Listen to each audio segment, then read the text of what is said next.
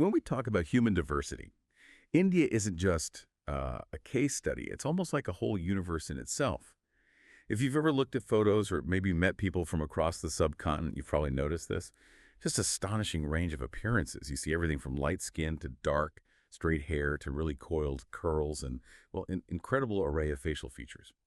So today, on the deep dive, we're going to try and unravel this intricate tapestry of appearances across India. We're asking, what makes its people look so different? Our mission really is to explore how history, geography, and deep genetic roots all converge to create one of the most visually diverse populations anywhere on Earth. It's absolutely true. You could think of the human face of India as like a living library. It's been inscribed over tens of thousands of years.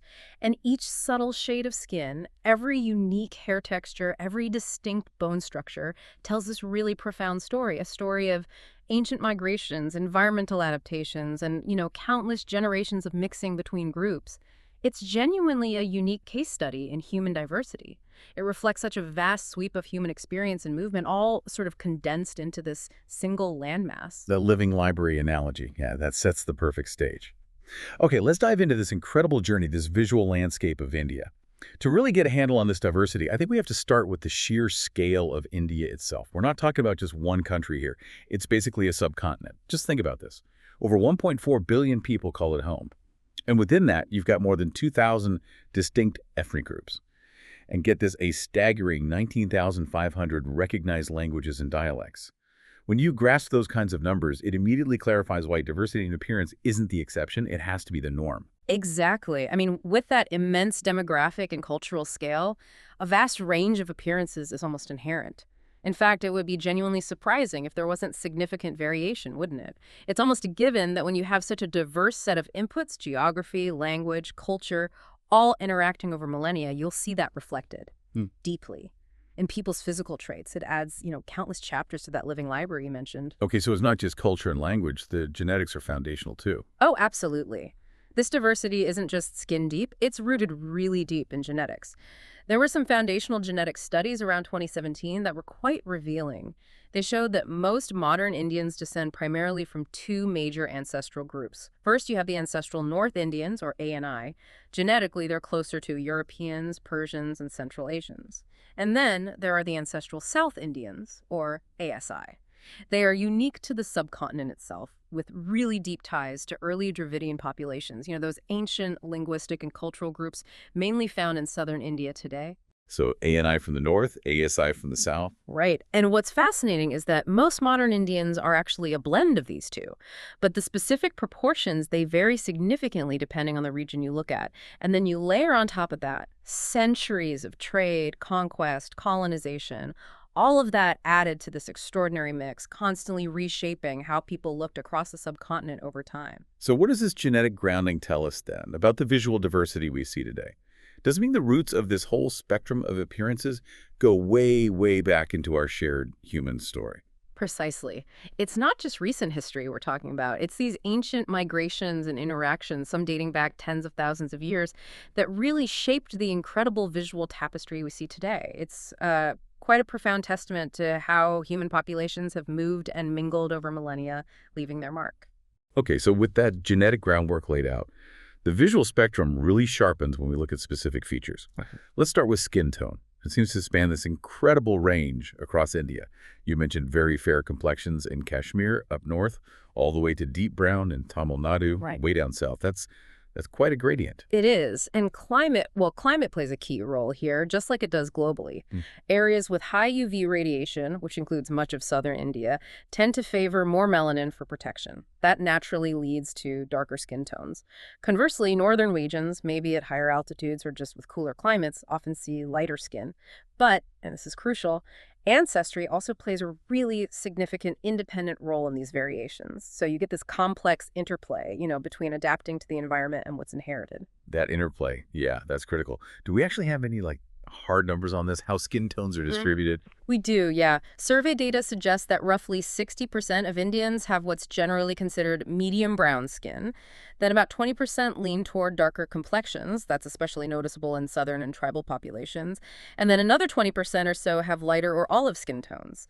You often find this more in the north and maybe among higher caste or Indo-Aryan groups. Those are the linguistic groups often linked historically to migrations from Central Asia. So these numbers, they paint a clear picture of diversity, but they also bring us to a really important societal point. Which is? Well, it naturally leads us to ask about the societal aspect of skin tone in India.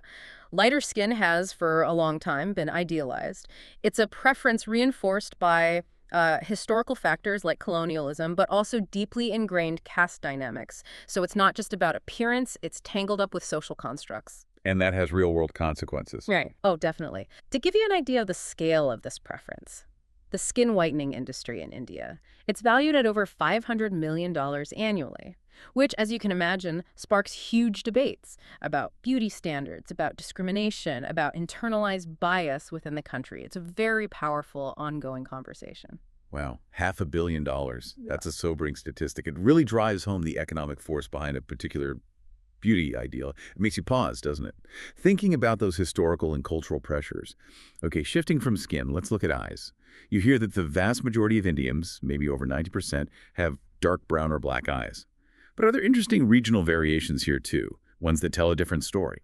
Absolutely. While dark eyes definitely dominate, you do find hazel, green, and sometimes even blue eyes appearing more often in the north, particularly in places like Kashmir, Punjab, and among communities with links to Pashtun ancestry.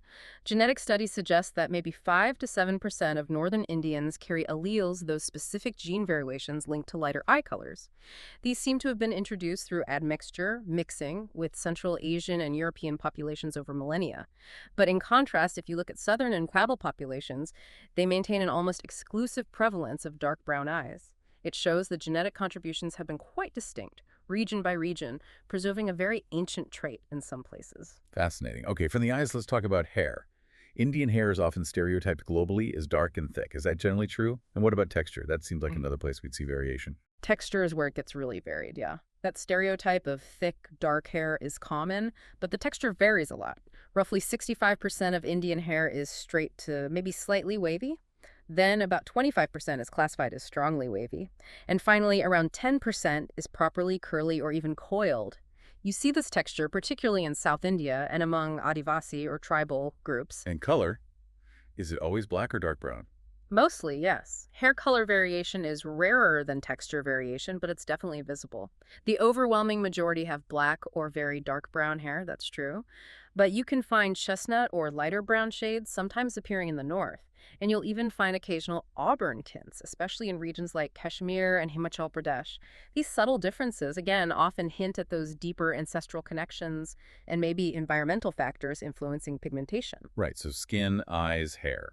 But the sources mention that the actual architecture of the face, the facial structure, highlights India's diversity, perhaps more than anything else. That's where you really see the distinct genetic influences coming together. Exactly. It's like a living map etched onto people's faces. For instance, in North India, think Punjab, Kashmir, Uttar Pradesh, you'll often see features like sharper noses, maybe associated with lighter skin, and typically taller builds. These features clearly reflect that Indo-Aryan and Central Asian ancestry we talked about. It's a noticeable genetic signature. Okay, so that's the north. What about other regions? How different does it get? Well, if you travel south, say, Tamil Nadu, Kerala, Andhra Pradesh, the common features shift. You tend to find broader noses, often paired with darker skin and curlier hair. This clearly reflects the Dravidian and the ancestral South Indian, the ASI ancestry. Then head over to Northeast India, places like Nagaland, Mizoram, Manipur. The features change, again, quite dramatically. You see more almond-shaped eyes, high cheekbones, features often described as East Asian characteristics. These are tied to Tibeto-Burman ancestry, linking back to groups in the Himalayas and towards Myanmar. And we absolutely have to mention the tribal groups, the Adivasis. They often have very distinct features, sometimes darker skin and unique craniofacial markers that reflect their really ancient and often historically isolated lineages. And this isn't just like casual observation. There's data on this facial variation. Oh, yeah, it's not just anecdotal, there's solid data.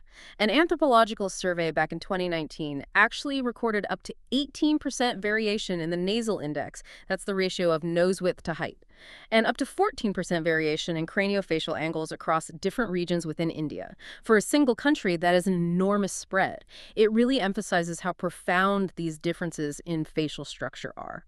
Okay, so beyond those really visible features like face shape and skin color, what about something like height? Does that also vary significantly? We hear about averages, but does it tell a story across India? It does. So India's average male height is around 166 centimeters. That's about 5'5" meters. And for women, it's about 153 centimeters, or 5 foot.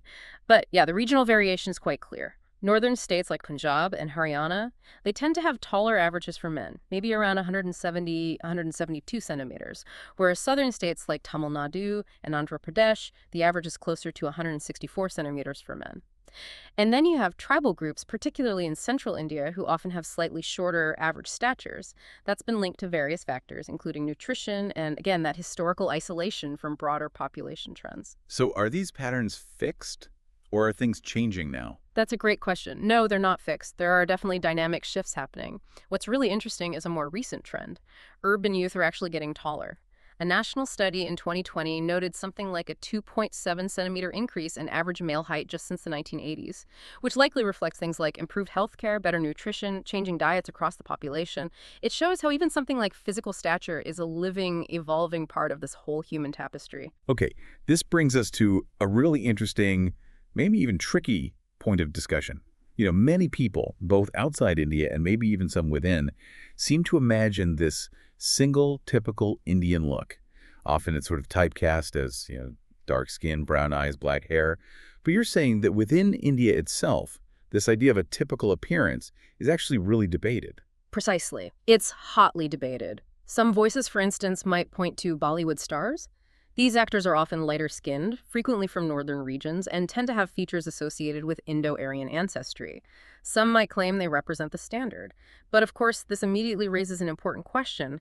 Does privileging one particular look inadvertently reinforce existing caste hierarchies or regional inequalities? Does it diminish the incredible diversity that actually exists on the ground? Right. So the alternative is, Well, the alternative viewpoint is that India should actively embrace its entire visual spectrum as its true identity, which would mean celebrating darker-skinned Dravidian populations, tribal groups with their unique features, northeastern Indians with their distinct East Asian characteristics, just as much as the northern look.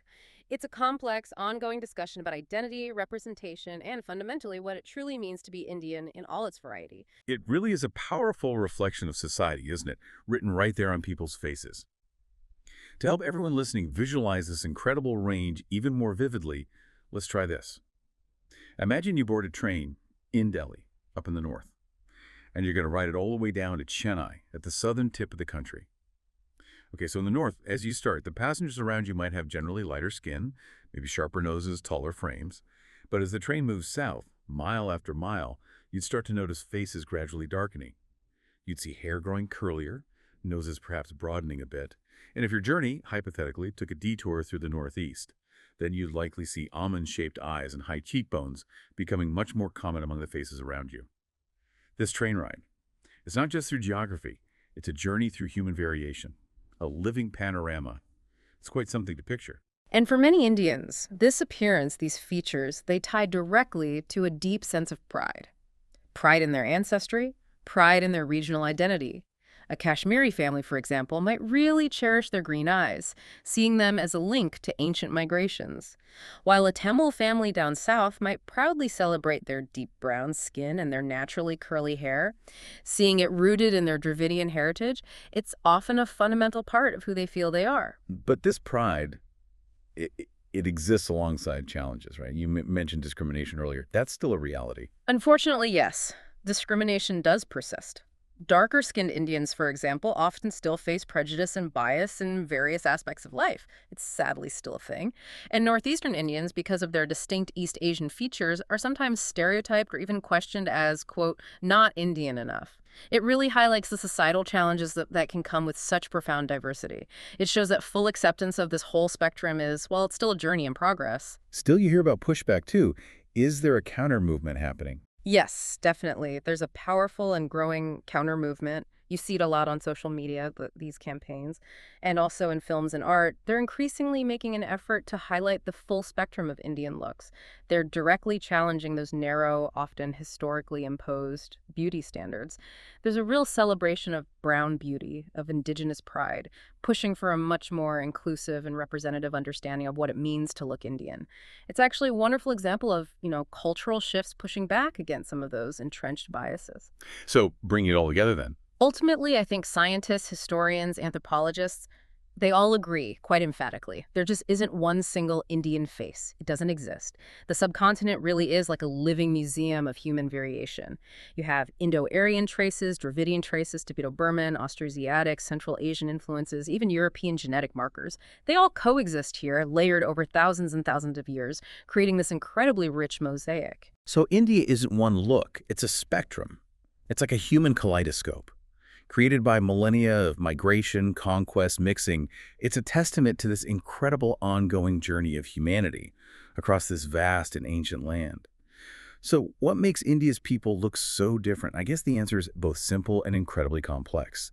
It's climate, it's genetics, it's millennia of history, all converging on one vast, unbelievable landmass. Exactly. So when you encounter an Indian person, maybe someone with blue eyes in Kashmir, and then another person with really curly hair in Kerala, or a tall farmer in Punjab, and maybe a small-statured tribal child in Odisha, you're not seeing contradictions. You're seeing the subcontinent story written right there on their faces. It's a living record of its past, its present, and it's continuously evolving. And maybe the biggest lesson, the takeaway from this deep dive, is just this.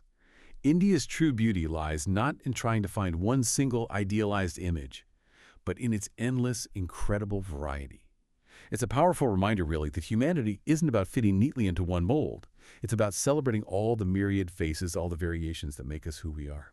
Thinking about all this, what stands out most to you about this incredible diversity?